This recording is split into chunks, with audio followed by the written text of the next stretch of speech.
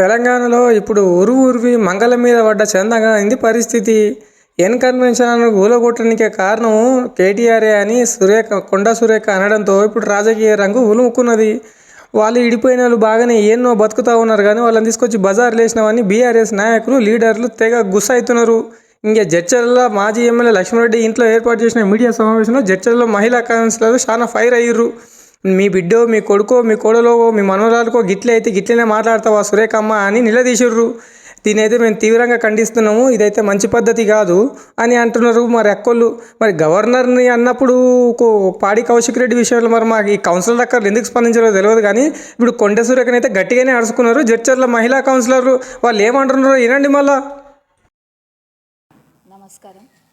గత 2 రోజుల నుంచి మంత్రి కొండా సురేఖ గారు సమంత గారి గురించి, మరి మన వర్కింగ్ ప్రెసిడెంట్ కేటీఆర్ గురించి కానీ తప్పుడు విమర్శలు చేయడం అది ఎంతవరకు న్యాయం అనేది కొండా సురేఖ గారిని అడుగుతున్నాను.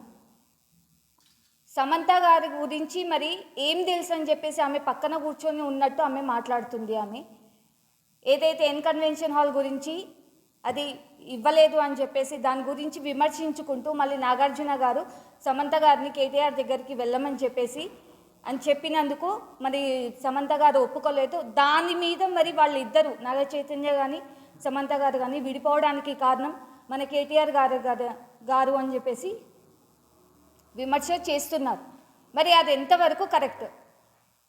కొండా సురేఖ గారు, నేను అడుగుతున్నాను, మీరు ఒక తల్లి స్థానంలో ఉన్నారు, మరి సమంత గారు మీకు ఒక కూతురు స్థానంలో ఉంది.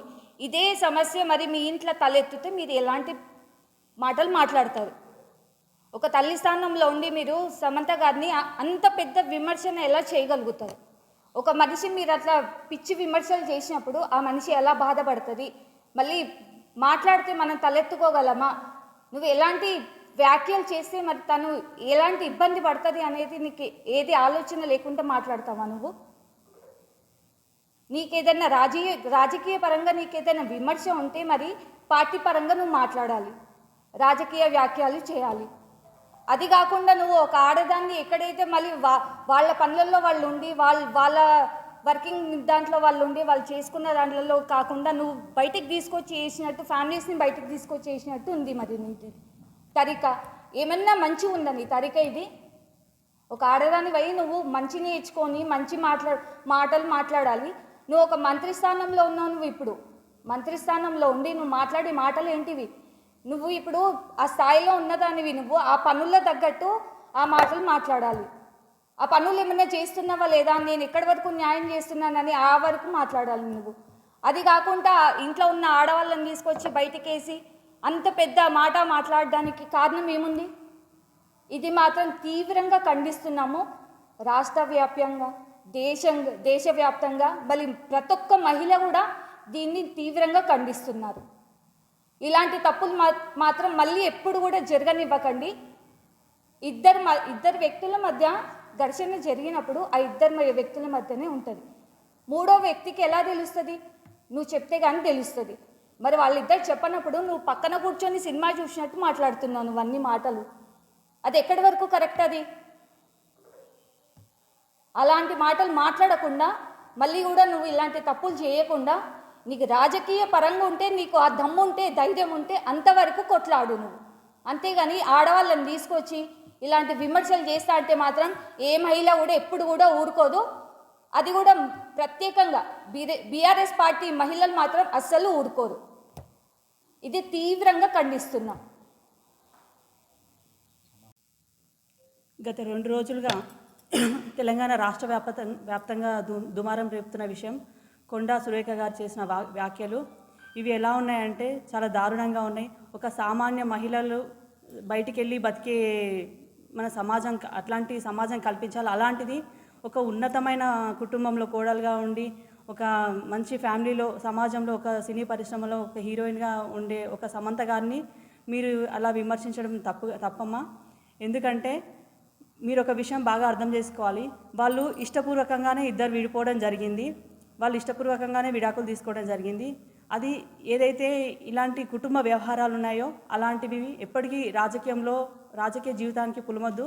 అది మీకు కూడా తెలుసు, మీకు వయసు ఉంది, రాజకీయ అనుభవం ఉంది. ఎన్నో పదవిలు చేశారు, మీకు అనుభవం ఉంది. దయచేసి ఇలాంటి వ్యాఖ్యలు చేయొద్దు. ఒక్కసారి ఆలోచించాలమ్మా. ఇలాంటి విషయాలు, ఇలాంటి విమర్శలు మీ ఫ్యామిలీలోనే వస్తే మీరు ఏ విధంగా స్పందిస్తారు? ఒక్కసారి అర్థం చేసుకోవాలి. అవతల వ్యక్తి కూడా ఇలాంటి నిందలు మోసినప్పుడు వాళ్ళ మనసు ఎంత బాధ కలుగుతుందో అర్థం చేసుకోవాలి. ఎందుకంటే ఈరోజు ఆమె ట్వీట్లో చేశారు, సమంత గారు, మీరు చూశారు, ఇలాంటివి చేయకూడదు, రాజకీయానికి మాకు ఎలాంటి సంబంధం లేదు, రాజకీయాన్ని మాకు అంటగట్టొద్దని చెప్పారు. మీరు ఒక విషయం గుర్తుపెట్టుకోవాలమ్మా, మీరు ఆల్రెడీ అధికారంలో ఉన్న మంత్రి. మీరు చట్టపరంగా ఎలాంటి సమస్యలు ఉన్నా ఫోన్ ట్యాపింగ్ వల్లనే వాళ్ళు విడిపోయారని చెప్పేసి మీరు గట్టిగా చెప్తున్నారు. ఫోన్ ట్యాపింగ్ అనేది ఎవరు చేశారు? ఫోన్ ట్యాపింగ్కి 2004 నుంచి కిరణ్ కుమార్ రెడ్డి గారు ముఖ్యమంత్రిగా ఉన్నప్పుడు అప్పటి ఎమ్మెల్యేలు, ఇప్పుడు ఏదైతే కాంగ్రెస్ పార్టీకి సంబంధించిన వాళ్ళు ఉన్నారో ఆ ఎమ్మెల్యేలు విమర్శించడం జరిగింది, కిరణ్ కుమార్ రెడ్డి గారు ఫోన్ ట్యాపింగ్ చేశారని. అవును, అప్పటి నుంచి అన్ని తీయండి, డాటా అంతా తీయండి. అధికారులంతా అప్పటి వాళ్ళే ఉన్నారు కదా. మారింది ప్రభుత్వాలు మాత్రమే కానీ అధికారులు కాదు కదా. మీ చేతిలో అధికారం ఉంది, మీరు చేయండి, చట్టపరమైన చర్యలు తీసుకోండి. ఎవరు అనేది మీకు, ఎవరైతే మీకు అన్యాయం చేసిరనే, ఎవరైతే మీకు ఇబ్బంది కలిగించిన అనేది అది ఏదైతే ఉన్నాయో, మీరు ఇష్యూస్ ఏవైతే ముందుకు తీసుకొస్తున్నారో మీరు చేయండి. అవి అధికారం మీ చేతిలోనే ఉంది కదా. ముఖ్యమంత్రి మీ వాళ్ళే, మంత్రులు మీ వాళ్ళే, అధిక సంఖ్యలో అందరు మీ వాళ్ళే ఉన్నారు, పోలీస్ శాఖ మీ చేతిలోనే ఉంది, ప్రతి అధికారులంతా మీ చేతిలోనే ఉన్నారు కదా. మీరు చేయొచ్చు కదా. ఇలాంటి చిన్న చిన్న ఇష్యూస్ ఏవైతే బయటకు వస్తున్నాయి చాలా దారుణంగా ఉన్నాయి. నేను 100% ఇది ఖండిస్తున్నాను. ఎందుకంటే మహిళల్ని గౌరవంగా చూసింది తెలంగాణ పార్టీ. ఈ పార్టీల విషయం కాకపోవచ్చు, ఇప్పుడు మాట్లాడొద్దు. అయినా సరే నేను ఎందుకు చెప్తున్నా అంటే మహిళలకు గౌరవం ఇచ్చింది కేసీఆర్ గారు. ఇలాంటి మహిళలు ఈరోజు ఉన్నత స్థాయిలో ఉన్నారు అంటే 33% ఇచ్చి ఆ అధికారంలో ఏదైతే పదవులు ఉన్నాయో అవి ఈరోజు ఇంతమంది ఉన్నారంటే దానికి కారణం కూడా కేటీఆర్ గారే, కేసీఆర్ గారే. ఇలాంటివి పునరావృతం కావద్దని కోరుకుంటున్నా అమ్మ. ఇలాంటివి మీరు చేయొద్దు.